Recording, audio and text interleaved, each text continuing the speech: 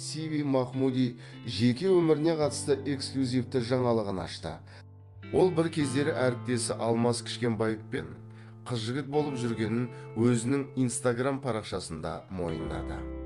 Алмас пен Сивидің арасындағы махаббат сезімі бозбала мен бой жеткен кезеңінде басталған.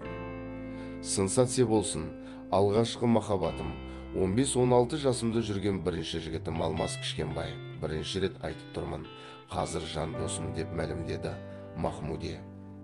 Актриса екеуінің арасында бала махаббат болғанын атап өтті.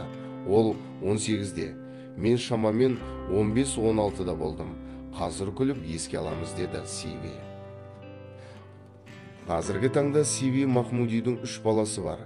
Жақында Сиви Махмуди өзінің Инстаграм парақшасында ажырасқандығы туралы мәлімдеме жасаған болатын.